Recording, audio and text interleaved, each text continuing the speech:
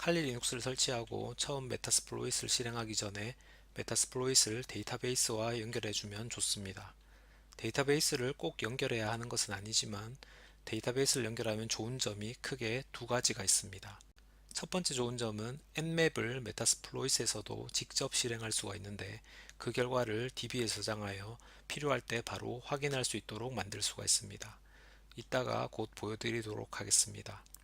두 번째로는 모듈을 빠르게 검색할 수 있습니다. 메타스플로잇의 모듈 수는 기본적으로 설치되는 것이 약 2500개가 넘는데 이 모듈 정보를 DB의 캐시로 저장하여 모듈의 검색 속도를 높일 수 있습니다. DB의 연결 방법은 아주 간단합니다. 칼리 리눅스에 이미 설치되어 있는 PostgreSQL DB를 시작해 줍니다.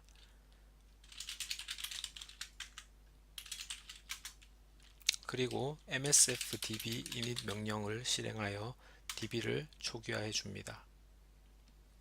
저의 경우는 이전에 설정을 해놨기 때문에 이런 메시지가 떴는데 이것으로 메타스플로잇의 사용 준비는 끝입니다. 이제 메타스플로잇을 실행하기 위해서 msf 콘솔을 입력합니다.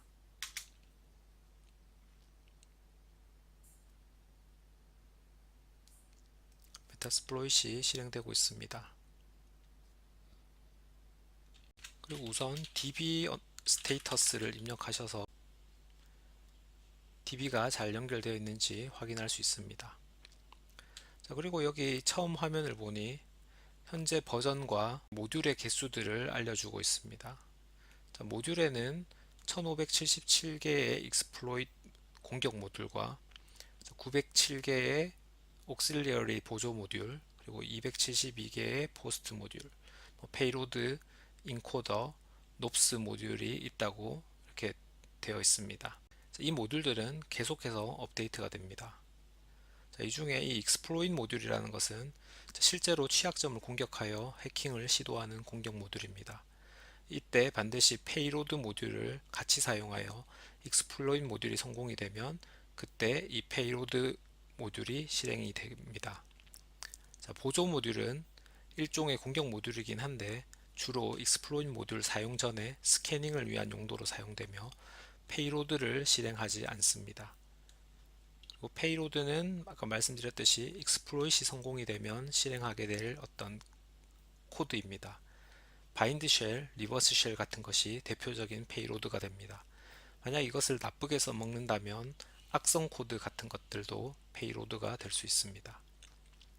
인코더 모듈은 페이로드를 제대로 타겟까지 전달하기 위한 모듈이고, 노프스 모듈이라는 것은 노프스, No Operations라고도 하는데 NOP라고 하는 어셈블리 명령어를 이용해서 페이로드 크기를 일정하게 유지시켜주는 모듈입니다.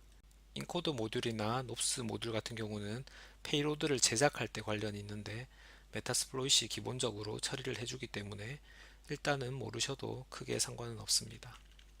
이제 메타스플로잇을 보시면 msf라는 프롬프트가 떠 있습니다.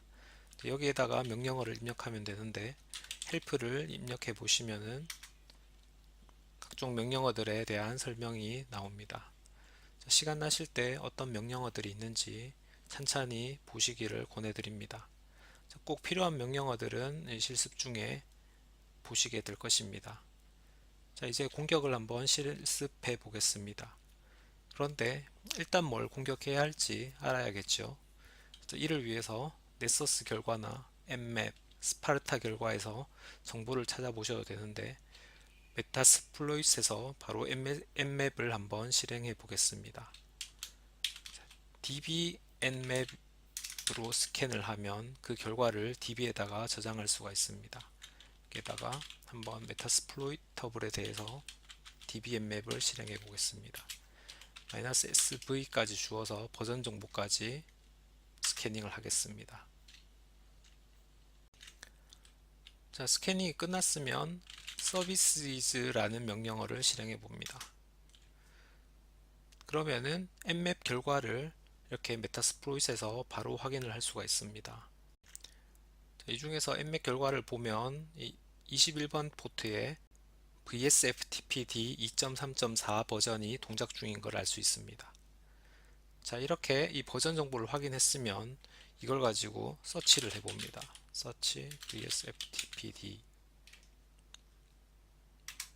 서치 명령어는 이처럼 특정 서비스의 이름 등을 키워드로 해서 모듈을 찾는 명령어입니다. 자, 만약에 검색이 느리다고 나오면은 db rebuild 캐시를 해주셔가지고 백그라운드로 캐시를 생성하여서 모듈의 검색 속도를 높여줄 수 있습니다. 백그라운드 작업이 끝나면 나중에는 모듈 검색이 빨라집니다. 참고하시고요. 자, 위에 검색된 모듈을 보니까 버전이 2.3.4로 똑같습니다. 자, 거기다가 이 랭크라는 것을 보니까 excellent로 표시가 되고 있습니다. 이 랭크는 모듈이 얼마나 잘 동작하는지 알려주는 것인데 good, great, excellent로 올라갈수록 그 모듈의 성공 확률이 대폭 늘어납니다. 자, excellent 랭크면은 거의 웬만하면 이 공격 모듈이 동작하기 때문에 거의 땡 잡았다고 보시면 됩니다. 자, 이 모듈을 사용하기 위해서는 use 명령어를 써서 exploit unix ftp vs ftpd 234 여기 있는 모듈의 이름 부분을 입력해 줍니다. 자, 그리고 show options를 하시면은 설정해야 할 옵션을 확인할 수 있습니다. 예전에 레콘NG 같은 경우에는 뭐 소스 같이 옵션이 하나 정도 있었는데 메타스플로이터블의 경우에는 이 모듈마다 설정해야 할 옵션이 달라집니다. 여기 이거는 옵션의 이름이고요. 그리고 설정값, 그리고 이 옵션 설정이 필수인지 아닌지를 알려주고 있습니다. 그리고 마지막으로 이 디스크립션 부분은 이 옵션에 대한 설명입니다. 자, FTP에 대한 모듈이다 보니 타겟의 포트 넘버는 이 R 포트 이 부분은 21로 기본으로 설정이 되어 있습니다. 자, 현재 R 호스트라는 것이 비어 있는데 이게 필수 옵션이기 때문에 설정을 해 주어야 합니다. 자, R 호스트는 타겟의 IP 주소를 입력해 주는 것입니다. 자, 옵션 설정은 set 명령어를 이용합니다. set R host 96.107 메타스플로이터블 IP를 지정해 주시고요. 자, 다시 show options를 해보시면 자, 이번에는 R 호스트와 R 포트가 설정이 되어 있습니다. 자, 이제 공격을 실행합니다. 모듈을 실행하는 명령어는 run입니다. 자, 그러면 모듈이 알아서 북치고 장구치고 다 해줍니다. 자, 공격에 성공했습니다. 마지막 라인을 보니까 쉘이 오픈되어 있다고 나옵니다. 여기서 id 명령어를 한번 실행해 봅니다. 헐, 루트 쉘이네요. 뭐죠 이거? 너무 쉽고 간단해서 뭔가 잘못된 거 아닌가 생각하시는 분 혹시 계신지요? 그런데 그것이 실제로 일어났습니다. 자, 참고로 VSFTP는 Very Secure FTP의 약자입니다. 그런데 이렇게 쉽게 공격이 가능하다니 정말 아이러니하지 않나요? 물론 다른 버전에서는 이 공격은 실행이 되지 않습니다. 자, 사실은 이 공격은 백도어를 이용한 것이라 같은 2.3.4 버전에서도 공격이 가능한 것이 있고 아닌 것도 있는데 이 히스토리를 전부 얘기하자면 길어지니 넘어가도록 하겠습니다.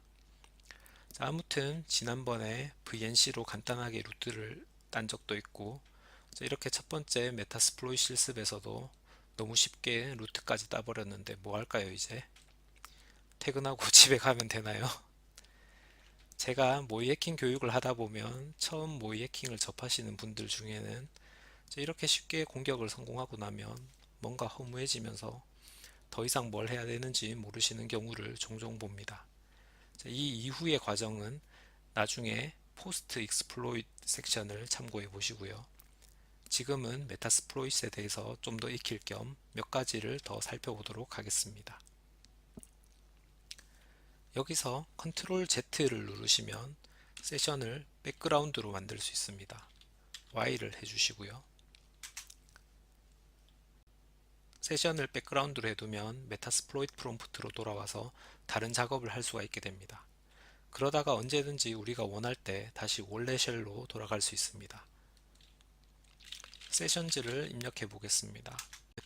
그러면 백그라운드에 열려있는 세션의 정보를 간단하게 표시해 줍니다. 세션즈는 세부 옵션을 가지고 있는데 세부 옵션이 궁금하시면 sessions-h를 하시면 됩니다. 이 내용을 한번 확인해 보시고요. 이 중에서 sessions-v를 하면 세션이 어떤 모듈로부터 생성이 된 건지를 알 수가 있습니다. 여기서 sessions-i를 하고 해당 아이디 2번을 주시면은, 저의 경우는 2번인데 여러분 경우는 처음 세션을 여셨으면 아이디가 1일 수도 있습니다. 이를 주면 아까의 쉘로 돌아갈 수가 있습니다. 그리고 다른 명령어를 또 실행을 할 수가 있는 것이죠. 다시 백그라운드로 돌아와서 만약에 세션을 종료를 시키고 싶다면 세션즈에 -k 옵션을 주셔서 id 값을 입력을 하면 됩니다. 이제는 더 이상 액티브한 세션이 없다고 출력되고 있습니다.